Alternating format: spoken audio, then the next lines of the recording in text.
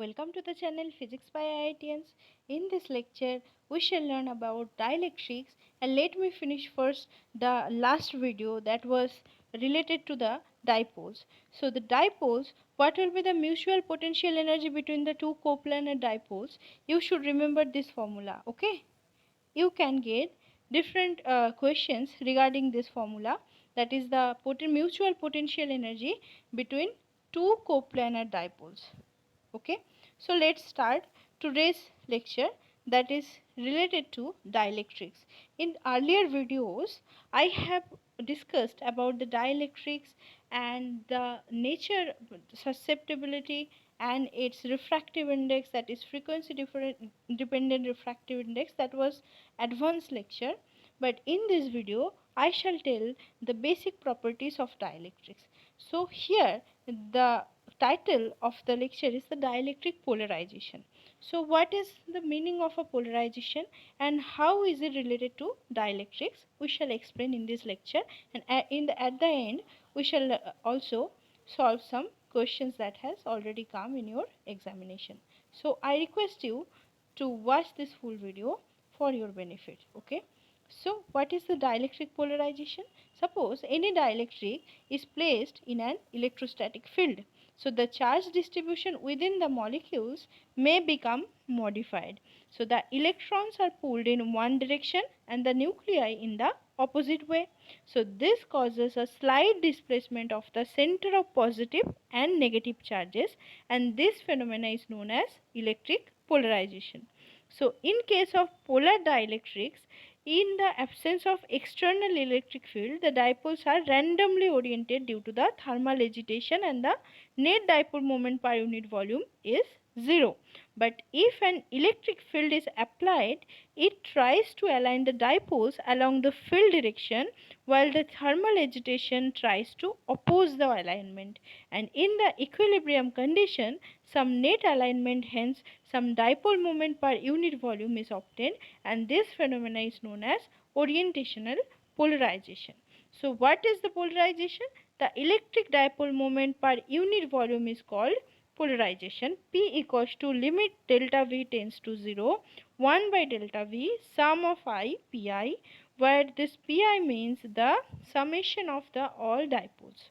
Dipoles are formed due to the external electric field. So in this study, the study of dielectric properties concerns the storage and dissipation of electric and magnetic energy in materials. Now you may become confused that what are the links between this dielectric properties and the energy storage. Okay, so let's learn it. Okay, so suppose there's a dielectric medium and there's a charge plate. Okay, so let us take it just two charges, one is the plus q and another is the minus q. So due to these charges in this plate, the inside the dielectric medium, the molecules or the atoms of the dielectrics will get polarized. Polarized means, suppose you are seeing a broad view. So this is the broad view. What is the meaning of the polarization? Look here, the center of the positive charge and center of the negative charge get displaced from each other. Now, whenever there is the displacement within this inside the dielectric, all the positive charge and all the negative charges will cancel each other and make it neutral.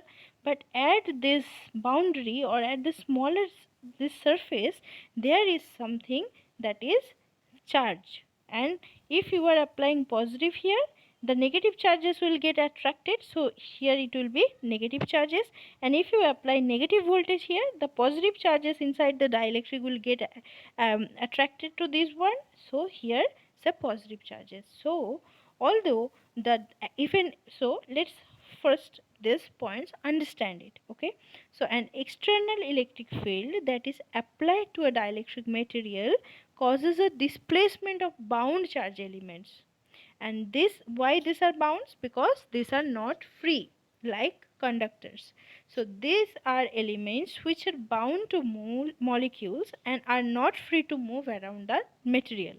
So positive charge elements are displaced in the direction of the field, and the negative charge elements are displaced opposite to the direction of field.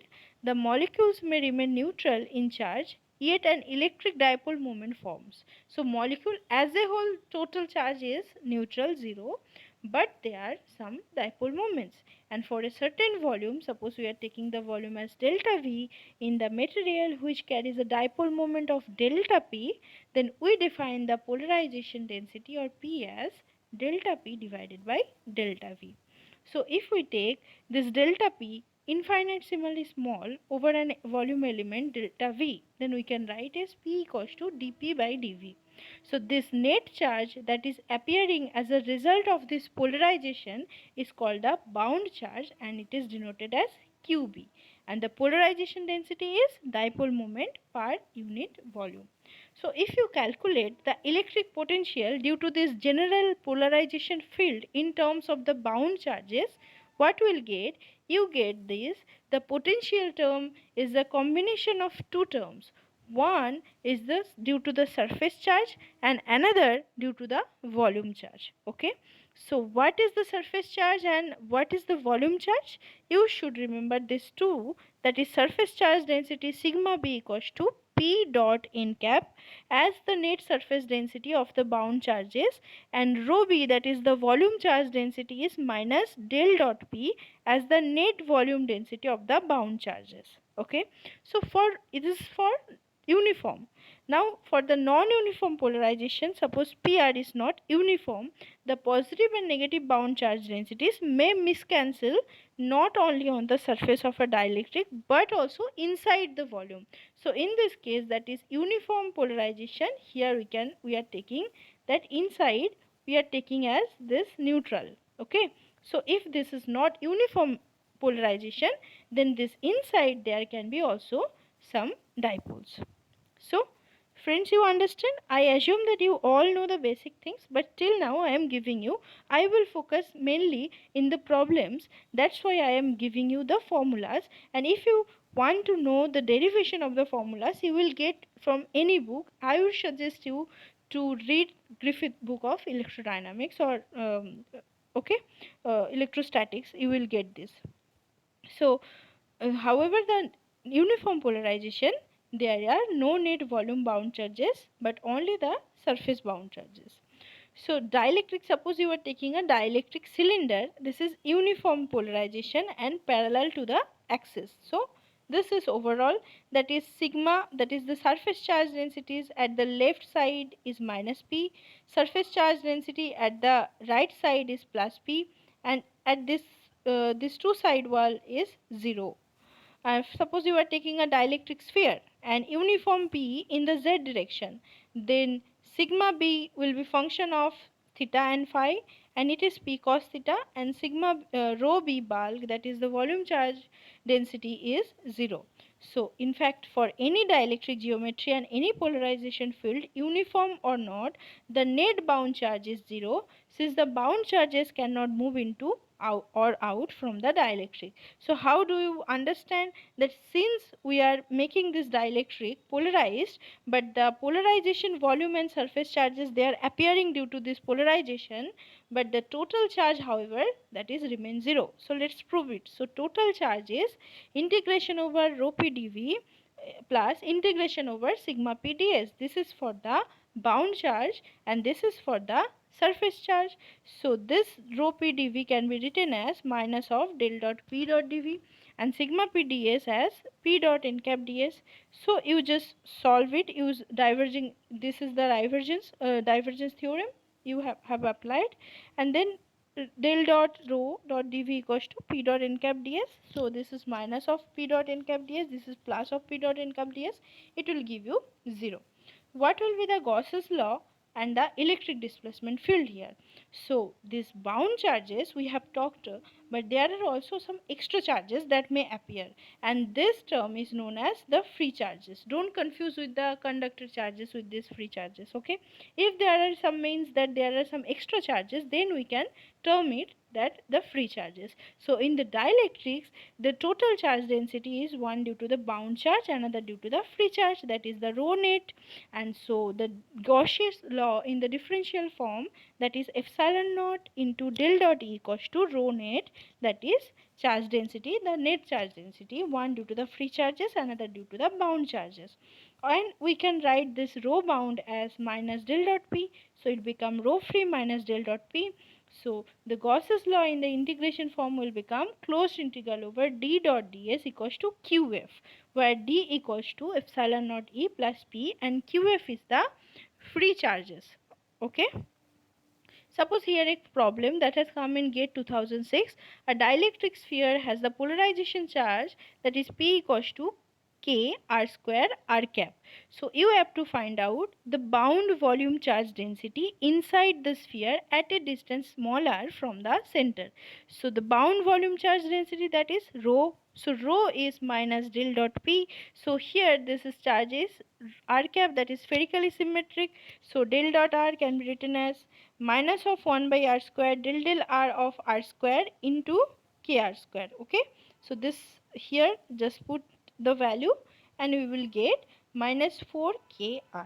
Okay, so remember this formula, that is bound volume charge density rho equals to minus del dot p, where p is the polarization charge or polarization charge density. And in the same question, that the electric field inside the sphere at a distance d from the center is how much. So electric field, how do you get that electric field? You can write that closed integral over E dot ds equals to integration over rho dot dv by epsilon naught, that is use the Gauss's law, that's all. And here inside the field, so suppose the distance is d is here, so ds will be 4 pi into d square, and that will become minus of rho dv, so put the value of rho, put the value of dv divided by epsilon naught. Okay, so rho we are getting as minus 4 kr. Okay, so put the value of rho as minus 4 kr, and epsilon naught is here, and uh, dv will be r square sine theta d theta d phi dr. This is for the spherical coordinate system. So all you have to understand here, the coordinate geometry. Whenever there is sphere, there is cylinder, there is line, you have to apply regarding the coordinate rule. Okay, so E will become minus k d square by epsilon naught r cap, and the correct option is A. So whenever you are finding out for the electric field, you have to apply the Gauss's law, and if this problem is symmetric. So the Poisson law and Laplace's law in dielectrics will become, so we have learned that closed integral over del dot d dot ds equals to qf. So the Poisson equation will become del square phi equals to minus rho f by epsilon naught, as del dot E equals to rho f by epsilon, and if the medium is charge free, that is rho f is 0, then del square phi will be 0, that is Laplace equation. Okay, and what will be the susceptibility, permittivity and dielectric constant? So the dielectric constant, if the external electric field is not very strong. Why this is? Because if the external field is very strong, then this linear relationship is not valid, and we cannot take this relationship. The relationship will be much more complicated, having nonlinear terms. Nonlinear means the square term, cube term will be present. So here the d is proportional to E, that means the linear medium, and this link or this relation is applicable only for the very the electric field is not very strong. Okay, so here the d can be written as epsilon naught E plus P, or you can write as d equals to epsilon E, where epsilon equals to epsilon naught into 1 plus chi, or epsilon by epsilon naught equals to 1 plus chi, that is equals to k. This is called the dielectric constant. D is the displacement constant, k is the dielectric constant, and it is 1 plus chi, or it's equals to epsilon by epsilon naught. So for the isotropic medium, isotropic means suppose there is an isotropic crystal, means the crystal has refractive index same in all the direction. Means if you are going towards the x direction, if you are going towards a certain angle with the x direction, if you are going towards the y direction, or if you are going with an angle with the y direction, all this direction you will have same refractive index. So this is the isotropic medium, and for the isotropic scalar medium, the sky is a scalar quantity, but if it is an anisotropic medium, that is the refractive index is angle dependent. That is, whenever you are going with the different angles, you will get different refractive indices, and these are very much important because the crystal, those will show birefringence. That is, there are different things I have already discussed, and then I can make more lectures if you want about that. I don't want to tell you much more theory in this particular lecture because I want to focus on the problems only. So, if the anisotropic medium, it is a tensor quantity. And what is tensor? Tensor, that is, here look here, the chi has many components. Since this is a three vectors, three components. So, this is 3 by 3 tensor component. Okay. So you should understand it, and this is a very much basic and high. The research is dependent. The research is actually in this topic, that is anisotropic medium and nonlinear optics, and nonlinear phenomena will occur in this scenario. Okay, so let's come back to the problem.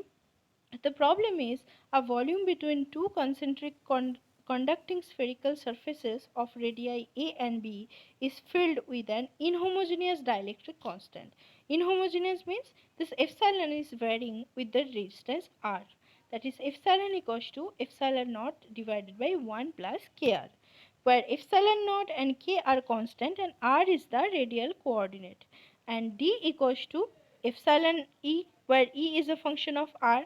A charge q is placed on the inner surface while the outer surface is grounded. So find the displacement. So you are in the inner surface, on the inner surface you are placing a charge q, and the dielectric is non-homogeneous or inhomogeneous dielectric constant. So you have to find out the displacement in the region A to B, the capacitance of the device, the polarization charge density within A to B, the surface polarization charge density at R equals to A and R equals to B. Okay, so let's find it out. So first of all, how to determine the charge or the D displacement? Okay, so you have to apply here first, since these are the the volume of conducting spherical surfaces, so you have to apply the Gauss's law. So Gauss's law, and this is the spherical symmetry, so it will give you D equals to Q by 4 pi r square into ER. Okay, so where A R is between A to B. Now the electric field will be D equals to epsilon E, so E will be D by epsilon. Okay, so D by epsilon means epsilon is epsilon naught by 1 plus kr. So put the value of D, that is Q by 4 pi epsilon Q by 4 pi r square into epsilon naught into the upper side 1 plus kr into ER cap, and this is the electric field intensity within A to B. What will be the potential difference between the inner and outer sphere? That is, you have to take the limit from A to B E dot dr, because you are counting the potential, and the potential is E dot dl or E dot dr, and the limit will be from inner radii to outer radii. So it will become q by 4 pi epsilon naught 1 by A minus 1 by B plus k ln B by A. What will be the capacitance of the device? That is C equals to Q by V. So Q is this one, Q divided, V is this one, so Q divided by will become 4 pi epsilon naught AB divided by B minus A plus AB k ln B by A. What will be the polarization? Polarization equals to epsilon minus epsilon naught into E. So put the values of E here, you will get the volume polarization charge density will become rho P equals to minus del dot P. So for the spherically symmetric case, del will be 1 by r square del r.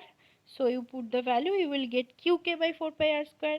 The surface polarization charge density will be sigma P equals to qk by 4 pi sigma at r equals to A, and 4 pi A at r equals to A, and minus qk by 4 pi B at r equals to B. So these are the, I would suggest you to please calculate these values and check with the answer that you are getting this answer or not. I think you understand what here, these problems are absolutely easy problems. What you have to understand, the chronological application of the formulas, that's all. If you understand that first I have to find out the D vector, then I have to find out the E vector, From there I can find out V, okay, the potential. From there I can find out the capacitance, because C is Q by V. From there I can from E I can find out the polarization, and from polarization charges I can find out the volume polarization charge density, surface polarization charge density, and all. So thank you so much for watching this video.